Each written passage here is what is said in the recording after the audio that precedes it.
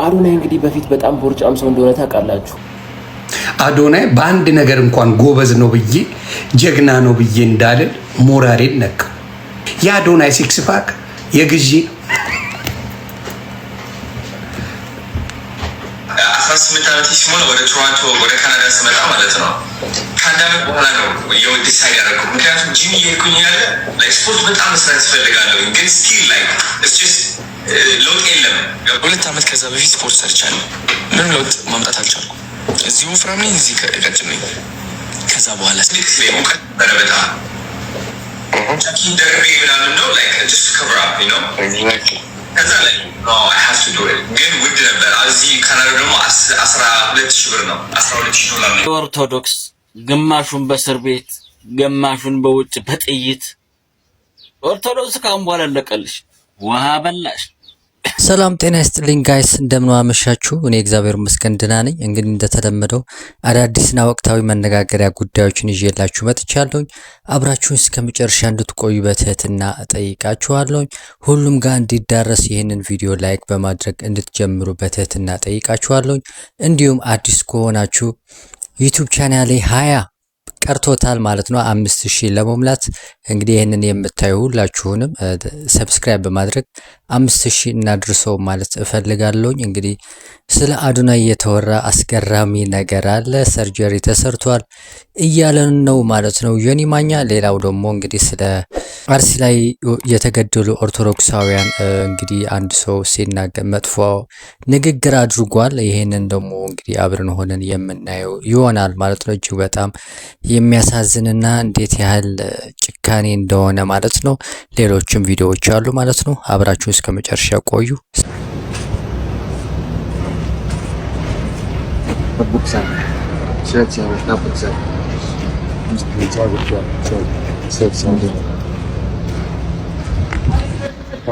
አይ እዚህ ጋር ሁለት ሰው ጠየቅና እኔን አልፈ እሷን ጠየቅም። ምን ሆነ ነው? አይ ምንም እኮ ችግር አለው። አይ የምታውቀው ነገር አለ እንዴ ስለኔ? አይ አይደለም። እሺ ግዛት ብር የለውም አሉ። አይ አይደለም አይደል? እዚህ ጋር ጠይቀህ አንተ ቢኖርህ እኮ ንቀትህ እኮ ሳይኖርህ እንደዚህ ሆንክ። እዚህ ጋር ሁለት ሰው ጠየቅ፣ ከዛ እኔን አልፈ እሷን ጠየቅ። ምንድን ነው? ቆይ አለ የምታውቀው ነገር አለ ስለኔ? ስለ እግዚአብሔር ይስጥልኝ። ግን እንደዚህ አይደለም። ድንገት ሰበር ዜና 65 ኢትዮጵያውያን ከእስር ቤት አስወጥተው ገለዋቸዋል። በሳውዲ አረቢያ አሽር ክልል ሐሚስ ሙሻይት በሚገኘው እስር ቤት የሞት ፍርድ ተፈርዶባቸው ከነበሩት ከ200 በላይ ኢትዮጵያውያን ስደተኞች መካከል ነው 65ቱን አውጥተው እየገደሏቸው፣ ቀሪዎቹም ሞታቸውን እየጠበቁ ይገኛሉ። እንድረስላቸው። በዚህ ወር ውስጥ እንግዲህ እጅግ በጣም መነጋገሪያ ከነበረ ጉዳይ ይሄንን የስደተኞች ጉዳይ ነበር። እንግዲህ እነዚህ ወገኖቻችን ከ200 በላይ ናቸው። እንግዲህ እዛ ሀገር ላይ ህገወጥ ሲሰሩ ነበር ተብለው የተያዙ ሰዎች ናቸው እና እንግዲህ ከ60 በላይ ወገኖቻችን ዛሬ ላልፎ እንግዲህ ህይወታቸውን አጥተዋል ማለት ነው። እጅግ በጣም የሚያሳዝን ነገር ነው። ለወዳጅ ዘመድ ሁሉንም እንግዲህ መጽናናትን እመኛለሁ። ይህ ከኋላ የምትመለከቱት ቪዲዮ ብዙዎችን እያነጋገረ ይገኛል። ክስተቱ በአዲስ አበባው ማሪፍ ኢንተርናሽናል ትምህርት ቤት የ12ኛ ክፍል ተማሪዎች በረጅም ሊሞዚንና በቅንጡ መኪኖች ያደረጉት የመሰነባበቻ ሰልፍ በማህበራዊ ሚዲያ ላይ ከፍተኛ ክርክርን አስነስቷል። አብዛኛው ህብረተሰብ በከባድ የኑሮ ውድነት ውስጥ ባለበት ወቅት የተደረገው ይህ እጅግ ውድ አከባበር በሀገሪቱ ያለውን የድሃና የሀብታም የኑሮ መበላለጥ በግልጽ ያሳየ ነው በሚል በብዙዎች ዘንድ ትችት ገጥሞታል። በሌላ በኩል ደግሞ አቅም ያላቸው ወላጆች ለልጆቻቸው የፈለጉትን የማድረግ መብት አላቸው በማለት ድርጊቱን የደገፉትም አልጠፉም።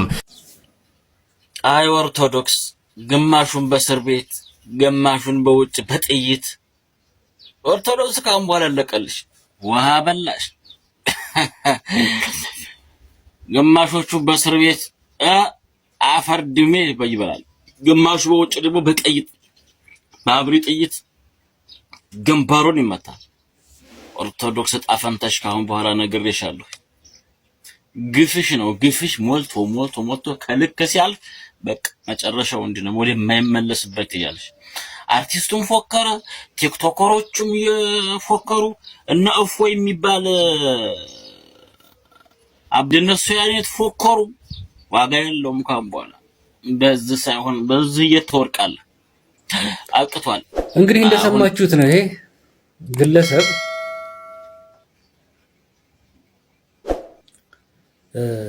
ዓላማው ግልጽ ነው። ዓላማው ግልጽ ነው። የኦርቶዶክስም ጥላቻ ስላለበት አይደለም።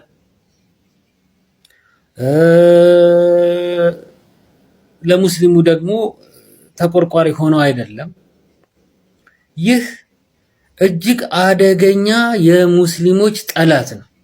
የሌሎች ጠላት አይደለም። የሙስሊሙ አደገኛ መርዘኛ ጠላት ማለት ይሄ ነው። እንደዚህ አይነት ሰዎች ናቸው። አሁን ይህ ሰው ሙስሊሞች እንደማይገድሉ ሙስሊም ገዳይ እንዳልሆነ ያውቃል። ነገር ግን ሙስሊሞች ገዳይ ናቸው፣ እየገደልናቸው ነው፣ ገና እንገድላቸዋለን ነው እያለ ነው። ሙስሊም ያልሆነ አደገኛ ቡድን ነው። እኔ አህባሽን ሙስሊም ነው ማለት አልችልም። ምክንያቱም ማን ላይ እንዲነጣጠር እንደፈለገ ግልጽ ነው እና ስለዚህ እነሱ ተመችቷቸው በግልጽ እያረድናችሁ ነው እናርዳቸዋለን የሚል ሰው ከመጣ ሰርግና ምላሽ ነው ለነሱ። ምክንያቱም ምንም የማያውቀውን ጨዋ ህዝብ ገዳይ እያሉ እያፈጠጡ እያገጠጡ የመጡ ሰዎች እኔ ሙስሊም ነኝ ነገር ግን እንገላለን ኦርቶዶክሶችን የሚል ሰው ሲመጣ ሰርግና ምላሽ ነው። ይሄ ሌባ ወራዳ ሰው ካለበት ተይዞ ለፍርድ እንዲቀርብ እንፈልጋለን። ካለበት አድራሻውን የምታውቁ ሰዎች፣ ቤተሰቡን የምታውቁ ሰዎች ይሄንን ነገር የማትተባበሩ ከሆነ ነገ አላህ ፊት ትጠየቃላችሁ። በሙስሊሙ ስም በንጹህ እስልምና ስም ትጠየቃላችሁ። አላህ ፊት ትጠየቃላችሁ። ይሄን ሰውዬ አውቃችሁ ዝም ያላችሁ ሰዎች ወላሂ አላህ Subhanahu Wa Ta'ala ይጠይቃችኋል። እኛም ዱዓ እናረግባችኋለን። ይሄ አደገኛ የእስልምና ጠላት ነው። ይሄ አደገኛ የሙስሊሞች ጠላት ነው። ይሄ በትክክል ሌላ ተልኮ ያለው ከሙጅሪሞች ጋር አብሮ የሚሰራ አደገኛ ሰው።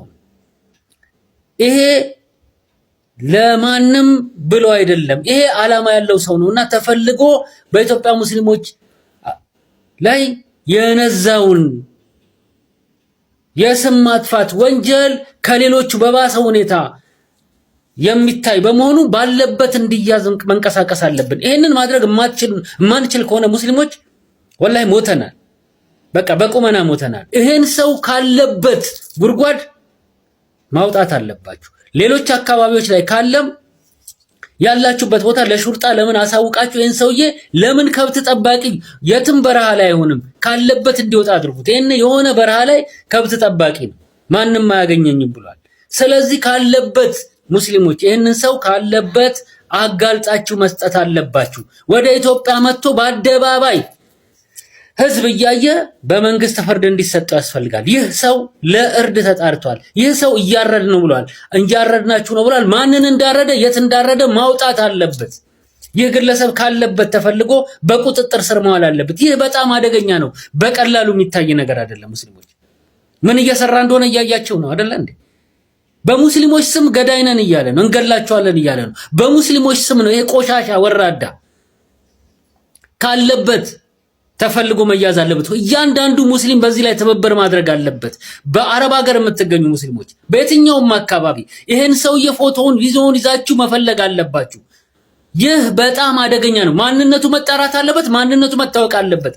ወደ ሀገሩ መጥቶ ለፍርድ መቅረብ አለበት ካለበት ጉድጓድ። እያንዳንዱ ሀገር ወዳድ እያንዳንዱ ሰላማዊ ሰው ይሄንን ሰው መፈለግ አለበት። ማንን እንዳረደ ከማን ጋር ያረደ እንደሆነ እንዴት እንደሚያርድ አራጅ ከሆነ ገዳይ ከሆነ ወደፊትም ለመግደል ከማን ጋር እንዳቀደ መምጣትና ለፍርድ ቀርቦ ማሳወቅ አለበት ቼኑ። ይሄን ሰው ዝም ብለን በቀላሉ ልናየው ይገባል። ከባድ የሆነ ጭቃ ነው ሙስሊሙ ላይ እየቀባ ያለው። ይሄ የሙስሊሞች ጠላት ነው። ይሄ እጅግ አደገኛ የሙስሊም ጠላት ነው፣ ሌላ ነገር አይደለም። ይሄ በእስልምና ላይ ጥላቻ ያለው ሌባ ነው። ካለበት ተፈልጎ መያዛል። በቃሉ ተናግሯል፣ በግልጽ ተናግሯል። ገና እናርዳለን ብሏል። ማንን እንዳረደ ወደፊት ማንን ሊያርድ እንዳሰበ ይህ ሰው ከማን ጋር እንደሚሰራ ካለበት ተፈልጎ በቁጥጥር ስር መዋል አለበት። ይሄ ሞላጫ ለሁሉም ሙስሊሞች ነው ይሄንን መልእክት እያስተላለፍኩ ያለው። በአርሲ ኦርቶዶክሳውያን ግድያን ተከትሎ እንግዲህ ብዙ መነጋገሪያ ነበረ። ይሄ ወንድ ሰው ደግሞ እንግዲህ ይሄንን ቪዲዮ ብቻ አይደለም የሰራው፣ ካሁን በቀደምም አንድ ሁለት ቪዲዮ አይቼበት ነበረ። እንግዲህ እጅግ በጣም አስደንጋጭ ንግግር ያደረገ ሰው ነው። ይሄንን ለሙስሊም ወንድሞቻችን ወገኖቻችን የሚወክል አይደለም። ስለዚህ ሁሉም ኦርቶዶክስም ሌላ ሃይማኖት ላይ ያለም እንዲሁም እናንተ ሙስሊሞች ወገኖቻችን ይሄንን ሰው ወደ ህግ እንድታቀርቡት እንጠይቃችኋለን ማለት ነው። እጅግ በጣም አስደንጋጭ ነገር ነውና እስኪ እዚህ ላይ ያላችሁን ሐሳብና አስተያየት መጻፍ ትችላላችሁ። እንግዲህ ወደ መጨረሻው ቪዲዮ ሳሸጋግራችሁ ወንድማችን ዮኒ ማኛ ስለ አዶናይ የተናገረው አስገራሚ ነገር አለ። አዶናይ ሰርጀሪ ተሰርቷል እያለን ነው ማለት ነው። ስለዚህ ጉዳይ እንግዲህ በጣም አስገራሚ ያልሰማነው ነገር ነውና እስኪ እዚህ ላይ ቪዲዮውን እንየውና አስተያየት እንሰጥበታለን ማለት ነው። ጋይስ አንድ ሚስጥር ልንገራችሁ። በጣም ነው ደስ ያለኝ። ትላንትና ማታ ጃኒ ስቶሪዋ ላይ አልገባም እና ይቅርታ አድርጉልኝ ፋሞቼ ብላ ነበረ ካስታወሳችሁ። ለምን ይመስላችኋል? አዶናይ መጥቷል። ደስ አይልም? አዶናይ እንግዲህ በፊት በጣም ቦርጫም ሰው እንደሆነ ታውቃላችሁ እና ቦርጩን እዚህ ጋር ያለውን ጡቱን ያስጠፋው በሰርጀሪ ነው። ሲክስ ፓኩ የሚወጣው በሰርጀሪ ነው። ካናዳ ላይ $12,000 ከፍሎ እያለም ነው እንግዲህ ዮኒ ማኛ። እኔ በጣም ነው የገረመኝ እግዚአብሔርን። $12,000 ከፍሎ ቦርጩን በሰርጀሪ ጡቱን በሰርጀሪ አስጠፋ። ከዛ ሲክስ ፓክ አስደረገ እንጂ ስፖርት ሰርቶ አይደለም የመጣው ሰው። ይሄ ነገር እውነት ነው። አዶናይ ደግሞ እኮ እውነት የሚያደርገው ነገር ራሱ አዶናይ $12,000 ከፍያለሁ ብሎ የሚናገርበት ቪዲዮ አለው ዮኒ ማኛ እጁ ላይ። ሶ ሃው ቤተሰብ ሶሪ አዶናይ በአንድ ነገር እንኳን ጎበዝ ነው ብዬ ጀግና ነው ብዬ እንዳልል ሞራሌን ነካው። አዶናይ ወደ ገደለው እንሂድ። ሶሪ ፋሚሊ፣ ወደ አዶናይ ጉዳይ እንሂድ እና ስንት ብር እንደከፈለ ልዘግባችሁ። የአዶናይ ሲክስ ፓክ የግዢ 18 ዓመት ሲሞላ ወደ ቶሮንቶ ወደ ካናዳ ስመጣ ማለት ነው። ከአንድ ዓመት በኋላ ነው ዲሳይድ ያደረኩት። ምክንያቱም ጂም እየሄድኩኝ ያለ ስፖርት በጣም መስራት እፈልጋለሁ፣ ግን ስቲል ለውጥ የለም። 2 ዓመት ከዛ በፊት ስፖርት ሰርቻለሁ፣ ምንም ለውጥ ማምጣት አልቻልኩም። እዚህ ወፍራም ነኝ፣ እዚህ ቀጭን ነኝ። ከዛ በኋላ ስሊክስ ላይ ሙቀት ነበረ በጣም ቻኪ ደርቤ ምናምን ነው ከብራ ነው ከዛ ላይ I have to do it ግን ውድ ነበር። እዚህ ካናዳ ደግሞ $12,000 ነው። $12,000 ነው የከፈልኩት። ካናዳ ለምትኖሩ ቤተሰቦቼ ወንድምና እህቶቼ ካናዳ ቦርጭና ጡት ለማጥፋት $12,000 ነው። ቀጥላለሁ። ለማወቅ ለምትፈልጉ ለተቸገራችሁ ለምትፈልጉ ልጁ ያንግ ነው።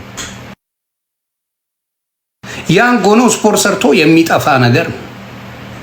አዶናይ በቡታንታ ሲክስ ፓክ እንዲያለ የተነሳብን እንዲየተወጣጠረ የተነሳብን $12,000 ነው። ቤተሰብ እንዲያለ በቡታንታ የተነሳብን ለካ እንደ ሽቦ አልጋ ወጥረው ሰርተውት ነው።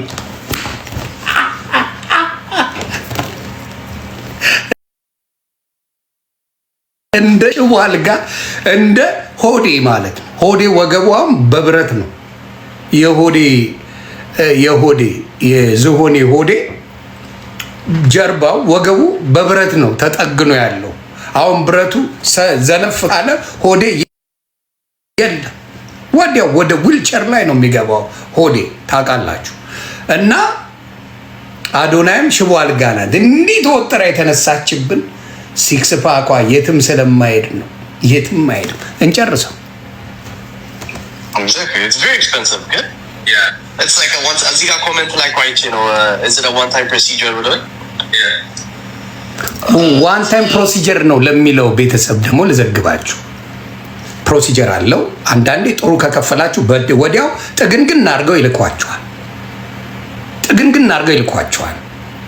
ቻፓ ለሌላችሁ ደግሞ ከሆነ እንደ ጂጂ ዝሆን አንዴ ወገባችሁን፣ አንዴ ሆዳችሁን፣ አንዴ ጡታችሁን እያሉ በሂደት ስትከፍሉ ይሰራላችኋል።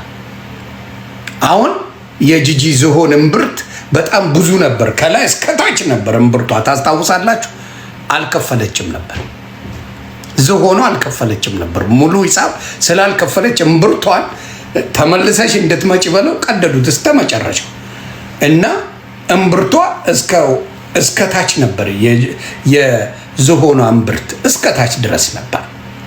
ሂሳብ ሲጨርስ ነው እምብርቷን ቦታው ላይ የሰሩላት። እና ወደዚህ እንመለስ፣ ወደ ፕሮሲጀሩ።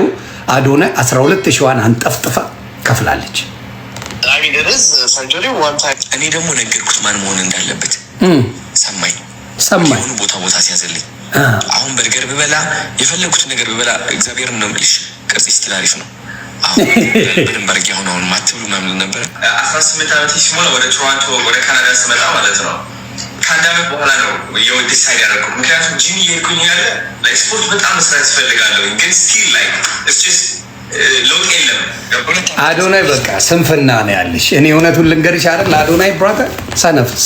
እንግዲህ የነበረኝ ቆይታ ይሄንን ይመስላል። እንግዲህ ዮኒ ማኛ አገኘው ብሎ ሚስጥር አምጥቷል ማለት ነው። ይሄንን ነገር እንግዲህ እውነት ይመስላል። እናንተ ይሄንን ሀሳብ ምን ትላላችሁ? ሀሳብና አስተያየት ካላችሁ ወይም የምታውቁት ነገር ካለ ኮመንት ላይ መጻፍ ትችላላችሁ ማለት ነው። እንግዲህ አዶናይ ወንድማችን ዛሬ ጉድ ፈልተዋል ማለት ነው። እንግዲህ በረኝ ቆይታ ይሄንን ይመስላል። አዲስ ከሆናችሁ ዩቲዩብ ቻናሌን እንግዲህ 20 ሰው ቀርቶታል 5000 እንዲሞላ ማለት ነው። ይሄንን ቪዲዮ ያያችሁ ሰዎች ሁላችሁንም ሰብስክራይብ በማድረግ 5000 እንዳደርሰው ማለት እፈልጋለሁ ከነ ትህትናው ጋር ማለት ነው። እንዲሁም ላይክ አድርጉት ቪዲዮውን። ሀሳብ ካላችሁ ኮመንት ላይ መጻፍ ትችላላችሁ። ሰላም ጤና ይስጥልኝ።